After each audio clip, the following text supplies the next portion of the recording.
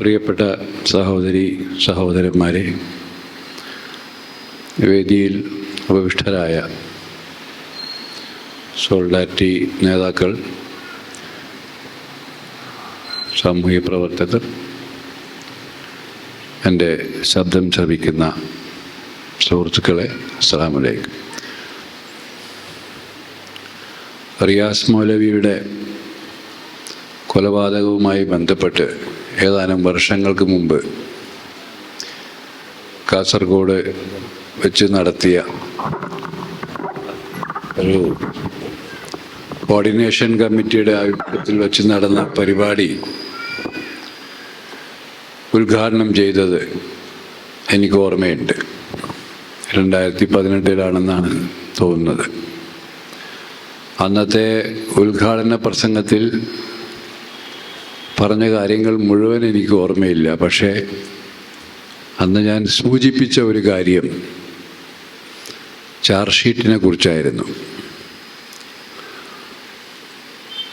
ഈ charge sheet, അന്ന് തയ്യാറാക്കിയ ചാർജ് ഷീറ്റ് ഈ കേസിൻ്റെ ഗൗരവത്തെ, ക്രിമിനൽ നിയമങ്ങളുടെ പശ്ചാത്തലത്തിൽ വെച്ച് പരിശോധിക്കുമ്പോൾ കൃത്യമായി ഉൾക്കൊള്ളുന്നില്ല. ചാർജ് ഷീറ്റിൽ തന്നെ പല ദൗർബല്യങ്ങളും പ്രത്യക്ഷമാണ് എന്നൊരു അഭിപ്രായം ഞാൻ ആ കാലത്ത് പറയുകയുണ്ടായി. ഞാൻ ചാർജ് ഷീറ്റ് വായിച്ചിരുന്നു അന്ന്. ചാർജ് ഷീറ്റ് വായിച്ചതിൻ്റെ അടിസ്ഥാനത്തിലാണ് ഞാൻ അങ്ങനെയൊരു നിഗമനം അന്ന് പറഞ്ഞത്. ഇപ്പോൾ വിചാരണ കഴിഞ്ഞപ്പോൾ അദ്ദേഹത്തെ കൊലപ്പെടുത്തിയതിൻ്റെ പേരിൽ അറസ്റ്റ് ചെയ്യപ്പെട്ട പ്രതികളെല്ലാം വിചാരണ കോടതി വെറുതെ വിട്ടിരിക്കുകയാണ്. കേരള ഗവൺമെൻറ് പ്രോസിക്യൂഷൻ ഹൈക്കോടതിയിൽ അപ്പീൽ പോയിട്ടുണ്ട് എന്നാണ് ഞാൻ വിചാരിക്കുന്നത്. അതുകൊണ്ട് കോടതിയുടെ പരിഗണനയിലിരിക്കുന്ന ഒരു കേസായതുകൊണ്ട് സബ് ജുഡീഷ്യലാകാൻ സാധ്യതയുള്ള കാര്യങ്ങളൊന്നും ഞാൻ കേസിനെ സംബന്ധിച്ച് പറയുന്നില്ല. അതിലൊരു ശരികേടുണ്ട്. നമ്മളിന്നിവിടെ ചർച്ച ചെയ്യുന്നത്, ഇന്നിവിടെ ഒത്തുകൂടിയിട്ടുള്ളത്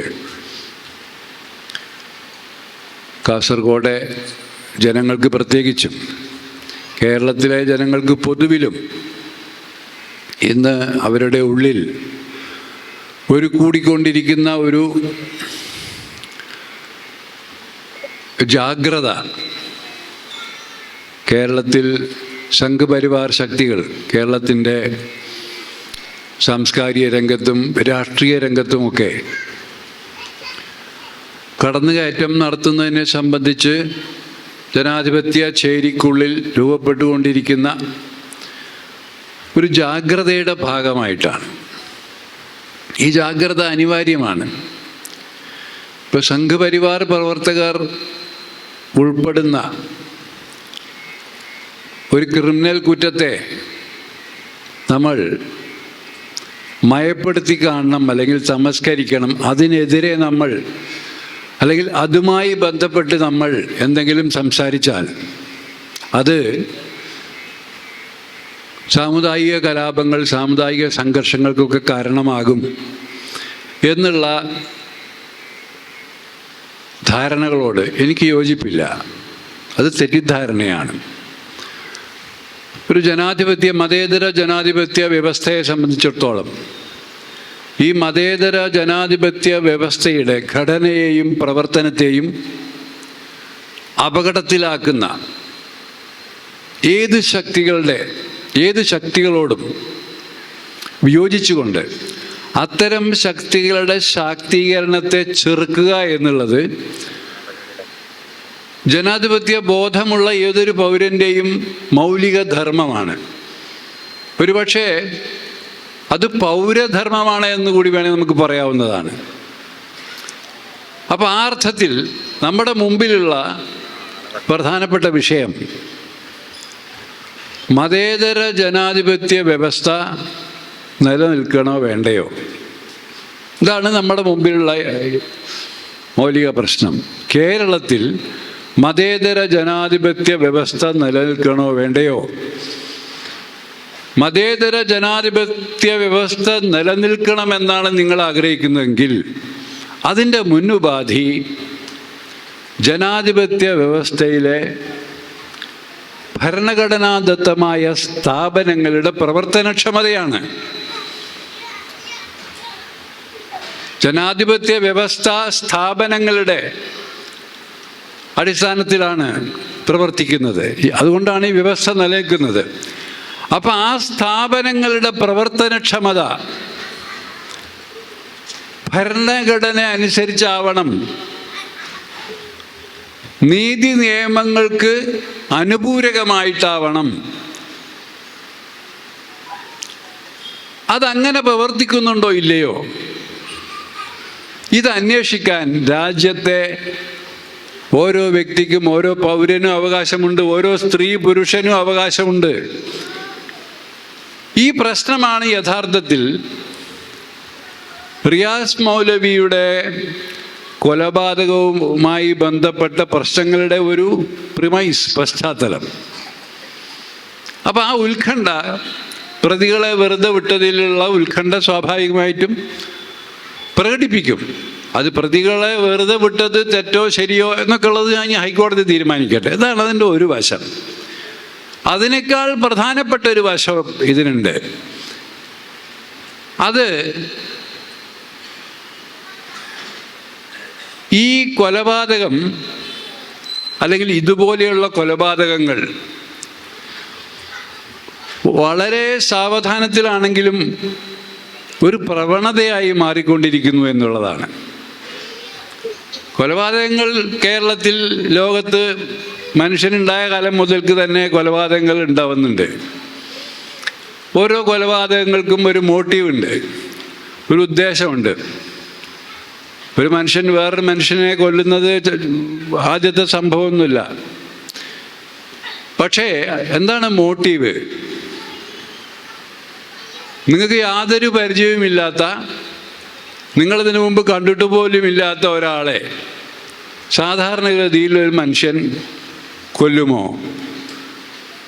ഒന്നിലധികം മനുഷ്യർ കൂടി അവർക്ക് യാതൊരു പരിചയവുമില്ലാത്ത ഒരു മൊല്ലാക്കയെ, ഒരു മുസ്ലിം മതാധ്യാപകനെ പാതിരാത്രിക്ക് പോയി കൊല ചെയ്തു എന്നുള്ളതാണ് ഇവിടെ പ്രശ്നം. ഈ കേസ് അന്വേഷിച്ചതിൻ്റെ അന്വേഷണ ഉദ്യോഗസ്ഥന്മാരിൽ പ്രധാനിയായിരുന്ന ഒരാൾ പറഞ്ഞത് ഇവർ തമ്മിൽ യാതൊരു ബന്ധമില്ലായിരുന്നു. ഇങ്ങനെ യാതൊരു ബന്ധമില്ലാത്ത ഒരാളെ പോയി കൊലപാതകം നടത്തി എന്നുള്ളത് വളരെ ദുരൂഹമായ ഒരു കാര്യമാണ്. അപ്പം എന്താണ് ആ ദുരൂഹത? ആ ദുരൂഹതയുടെ കുരുക്കഴിക്കേണ്ടതുണ്ട്. ആ ദുരൂഹത വംശീയതയാണ്. ഈ വംശീയത കേരളത്തിൽ നമ്മൾ ആദ്യമായി കാണുന്ന ഒന്നല്ല. ഇതിനൊരു ചരിത്രം ഇന്ത്യ രാജ്യത്തുണ്ട്. ഇതാണ് പ്രശ്നം. ഇത് നമുക്ക് എല്ലാവർക്കും അറിയാം. ഈ വംശീയത, വലിയ തോതിലുള്ള വംശീയ കലാപങ്ങൾ നടന്നിട്ടുള്ള പ്രദേശങ്ങളിലെല്ലാം, ലോകത്തിൻ്റെ പല ഭാഗങ്ങളിലും വലിയ തോതിലുള്ള വംശീയ കലാപങ്ങൾ നടന്നിട്ടുണ്ട്. ആ വംശീയ കലാപങ്ങളെക്കുറിച്ച്, അതിൻ്റെ വംശീയ കലാപങ്ങൾ ചെറുക്കാനുള്ള ലോക സംഘടനയുടെ തലവൻ ഇന്ത്യ രാജ്യത്ത് വന്ന് പറഞ്ഞൊരു കാര്യമുണ്ട്. അത്തരം വംശീയ കലാപങ്ങൾ നടന്ന സ്ഥലങ്ങളിൽ മുൻകൂറായി കണ്ട ചില ലക്ഷണങ്ങൾ ഇന്ത്യ രാജ്യത്തും കണ്ടു തുടങ്ങിയിട്ടുണ്ട്. അതിലൊരു ലക്ഷണം ജനാധിപത്യ സ്ഥാപനങ്ങളുടെ നിഷ്ക്രിയാവസ്ഥയാണ്. ജനാധിപത്യ സ്ഥാപനങ്ങളും വംശീയ താല്പര്യങ്ങളും തമ്മിലുള്ള അപ്രഖ്യാപിതമായ ഒരു പരിലയനമാണ്. ഈ പരിലയനം അല്ലെങ്കിൽ ഈ രഹസ്യമായ ചർച്ച നമ്മൾ 1984 മുതൽക്ക് കണ്ടുകൊണ്ടിരിക്കുന്നതാണ്. 1984 സംഘപരിവാർ ഇന്ത്യയിലെ ഭരണവർഗമല്ല. BJP ഇന്ത്യ രാജ്യം ഭരിക്കുന്നതിന് അടുത്തുപോലും എത്തിയിട്ടില്ല. 1984 മുതൽ 90കൾ വരെയുള്ള കാലത്താണ് അതിക്രൂരമായ മുസ്ലിം നരഹത്യകൾ ഉത്തരേന്ത്യയിൽ നടന്നത്. അത് ഹാഷിംപുരയിലായാലും അതിനെ തൊട്ടടുത്ത് കിടക്കുന്ന മനാലിയിലായാലും അതിക്രൂരമായ തരത്തിലുള്ള നരവേട്ടകളാണ് നടന്നത്. അതിൻ്റെയൊക്കെ കുറേ കാലം മുമ്പ് 47-ന് ശേഷം വർഗീയ കലാപങ്ങൾ അങ്ങോട്ടും ഇങ്ങോട്ടുമൊക്കെ നടന്നിട്ടുണ്ട്. പക്ഷെ ഇവിടെ ഏകപക്ഷീയമായ ഈ ആക്രമണത്തിൻ്റെ ഒരു സവിശേഷത എന്താന്ന് വെച്ചാൽ, ഭരണകൂടം നേരിട്ട് ഇതിലൊരു ആക്ടറായി. ഭരണകൂടത്തിൻ്റെ നേരിട്ടുള്ള റോളാണ് ഇത് പറയുന്നത്. അല്ലെങ്കിൽ ഈ ആരോപണം ആദ്യമായി ഉന്നയിച്ചത് അവിടുത്തെ പോലീസ് മേധാവിയായിരുന്ന രഘുവംശിയാണ്. ജില്ലാ പോലീസ് മേധാവിയായിരുന്ന രഘുവംശിയാണ് ഈ നരവേട്ടകളിൽ ജില്ലാ പോലീസിൻ്റെ അനുവാദമില്ലാതെ, ജില്ലാ പോലീസിൻ്റെ നിർദ്ദേശമൊന്നും ഇല്ലാതെ തന്നെ, ജില്ലാ പോലീസ് അറിയാതെ ഒരു പറ്റം പോലീസുകാർ പങ്കുകൊള്ളുന്നത്. റിപ്പോർട്ട് പുറത്തു കൊണ്ടുവരുന്നത് ജില്ലാ പോലീസ് മേധാവിയാണ്. ഇത് പിന്നീട് ഇന്ത്യൻ രാഷ്ട്രീയത്തിൽ തുടർച്ചയായി ഇത്തരം സംഭവങ്ങൾ നിരന്തരമായി സംഭവിച്ചുകൊണ്ടിരുന്നു ഉത്തരേന്ത്യയിൽ. എന്തായിരുന്നു അതിൻ്റെ പരിണത ഫലം? മതേതര ജനാധിപത്യത്തെ ഊട്ടിയുറപ്പിക്കേണ്ട, അല്ലെങ്കിൽ മതേതര ജനാധിപത്യത്തിൻ്റെ പ്രവർത്തനക്ഷമതയെ ത്വരിതപ്പെടുത്തേണ്ട സ്ഥാപനങ്ങൾ അതിന് നേർവിപരീതമായി. ഭരണഘടനാദത്തമായ ഉത്തരവാദിത്വം ജനങ്ങൾക്കിടയിൽ ക്രമസമാധാനവും സ്വൈരവും മതസൗഹാർദ്ദവും സഹിഷ്ണുതയും ഒക്കെ കൃത്യമായി പുലരുന്നുണ്ടോ എന്ന് ഉറപ്പുവരുത്താൻ ബാധ്യതപ്പെട്ടവർ അതിൻ്റെ തന്നെ ഘാതകരായി മാറി. ഇതിൻ്റെ ചുവട് പിടിച്ചാണ് അധികാര രാഷ്ട്രീയത്തിൽ ഈ തരത്തിലുള്ള പ്രവണതകൾ ഒരു ഐഡിയോളജിയായി, ഭരിക്കുന്ന ആശയമായി മാറിയത്. ആ ഭരിക്കുന്ന ആശയം പിന്നെ എവിടെ എത്തി എന്നുള്ളതിനെക്കുറിച്ച് ഞാൻ വിശദീകരിക്കുന്നില്ല. അപ്പോൾ ഈ സംഭവങ്ങളൊക്കെ നടന്നുകൊണ്ടിരുന്നപ്പോൾ ഇന്ത്യയിലെ മതേതര ജനാധിപത്യ സമൂഹം, മതേതര ജനാധിപത്യ രാഷ്ട്രീയ ചേരി എന്ത് ചെയ്യുകയായിരുന്നു എന്നുള്ളൊരു വലിയ ചോദ്യമുണ്ട്. മതേതര ജനാധിപത്യ രാഷ്ട്രീയ ചേരി അന്ന് പറഞ്ഞുകൊണ്ടിരുന്നത്, ഇതിനുത്തരവാദികളായ സംഘപരിവാർ ശക്തികളെ നിങ്ങൾ തുറന്ന് എതിർക്കാൻ നിന്നാൽ, തുറന്ന് വിമർശിച്ചാൽ അത് സാമുദായിക സംഘർഷങ്ങൾ ഉണ്ടാകും, വർഗീയത വളർത്തും, മതേതര ജനാധിപത്യ വ്യവസ്ഥയെ തകർക്കുന്നതാണ്. അപ്പോൾ ഇന്ത്യ രാജ്യത്തെ മനുഷ്യർ മതേതര ജനാധിപത്യ സൈദ്ധാന്തികരുടെയും പണ്ഡിതരുടെയും നേതാക്കളുടെയും എല്ലാം ഈ വാക്ക് വിശ്വസിച്ചു. ആരും ഇതിനെ തുറന്ന് എതിർക്കാനോ, ഇതിനെതിരെ വിരൽ ചൂണ്ടാനോ, ഇതിനെതിരെ സത്യാഗ്രഹം ഇരിക്കാനോ, ഗാന്ധി ഉണ്ടായിരുന്നെങ്കിൽ നിരാഹാരമെങ്കിലും കളക്കുമായിരുന്നു. ഇതിനൊന്നും മെനക്കെട്ടില്ല. അന്ന് ആഭ്യന്തരമന്ത്രിയായിരുന്ന ബൂട്ടാ സിംഗ് പറഞ്ഞു, അങ്ങനെ ഒരു സംഭവം ഇവിടെ നടന്നിട്ടേ ഇല്ല. മനുഷ്യന്മാരുടെ മൃതശരീരം ഗംഗാ നദിയിലൂടെ ഒഴുകുന്നത് പത്രക്കാർ റിപ്പോർട്ട് ചെയ്യുമ്പോഴും അന്നത്തെ കോൺഗ്രസിൻ്റെ ആഭ്യന്തരമന്ത്രിയായിരുന്ന ബൂട്ടാ സിംഗ് പറഞ്ഞത് അങ്ങനെ ഒരു സംഭവം നടന്നിട്ടേ ഇല്ല. കാരണം അങ്ങനെ ഒരു സംഭവം നടന്നു എന്ന് പറഞ്ഞ് ഇനിയിപ്പോൾ ആൾ ഇന്ത്യ തലത്തിൽ ഇതിൻ്റെ പേരിൽ ഒരു കലാപം, വർഗീയ കലാപം കുത്തിപ്പൊക്കണ്ടെന്ന് ആയിരിക്കും ഒരു പക്ഷേ അദ്ദേഹം ഉദ്ദേശിച്ചിട്ടുണ്ടാവുക. എന്നിട്ട് എന്ത് സംഭവിച്ചു?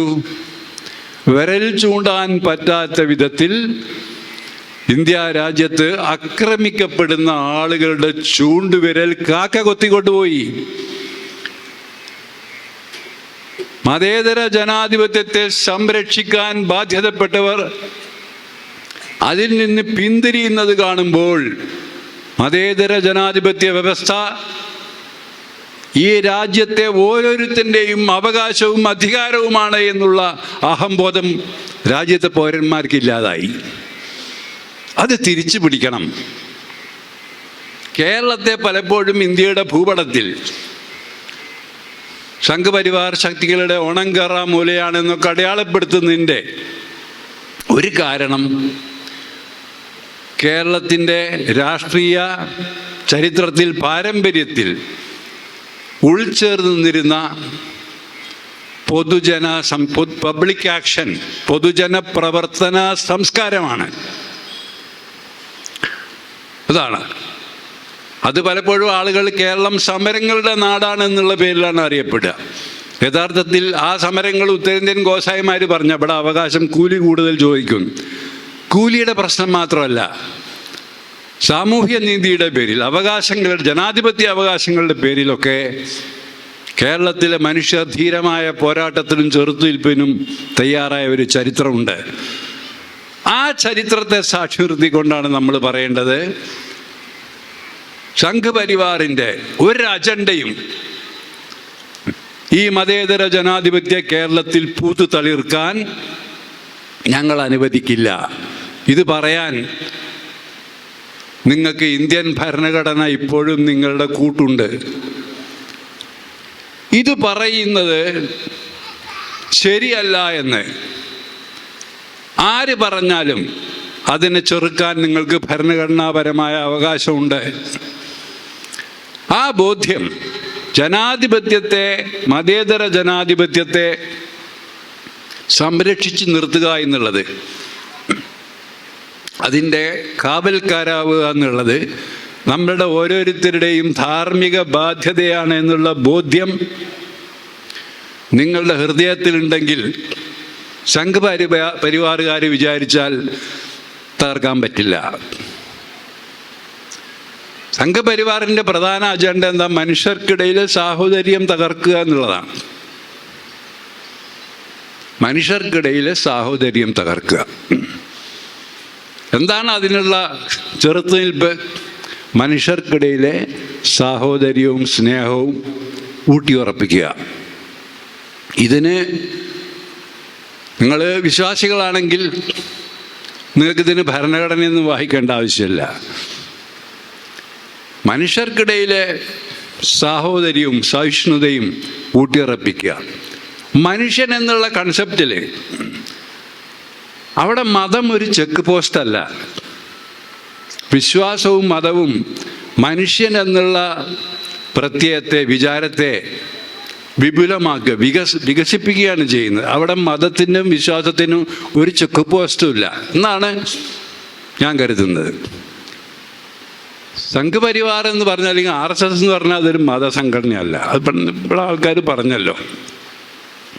അതുകൊണ്ട് സംഘപരിവാറിനെതിരെ നിങ്ങൾ പറഞ്ഞാൽ അത് മതവിദ്വേഷം ഉണ്ടാക്കും എന്നുള്ളതിൽ ഒരു ലോജിക്കുമില്ല. നിങ്ങൾ മനുഷ്യന് വേണ്ടി സംസാരിക്കുക. ഏത് മതസ്ഥരും ഏത് ജാതിയിലും പെട്ട ആൾക്കാരായിക്കോട്ടെ, മനുഷ്യർ തമ്മിലുള്ള സാഹോദര്യം. മനുഷ്യൻ എന്ന് പറഞ്ഞാൽ ഉത്കൃഷ്ടതയുടെ എംബോഡിമെൻ്റാണ്, സമൂർത്ത രൂപമാണ്.